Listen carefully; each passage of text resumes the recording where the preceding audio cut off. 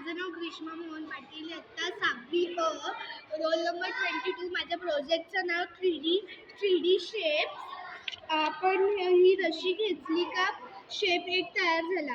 याच्यामुळे लहान मुलांना शिकायला किंवा मॅथ्स शिकायला इंटरेस्ट वाटतो. त्यांना मॅथ्स कठीण वाटतं, पण याच्यामुळे मॅथ्स सोपं होतं. आता ही आपण रशी घेतली, याच्यावर एक शेप तयार झाला. हा एक कीवर्ड आहे CUBE. याच्यामुळे आपण स्पेलिंग पण त्यांना सोप्या लर्न करायला जातात. हा क्यूब तयार झाला, बघू शकता आपण. हा क्युबॉइड आहे CUBOID क्युबॉइड. याच्यामुळे स्पेलिंग पण आपण त्यांच्या लर्न घेऊ शकतो. हा एक शेप मस्त तयार झाला. Name cylinder. नेक्स्ट.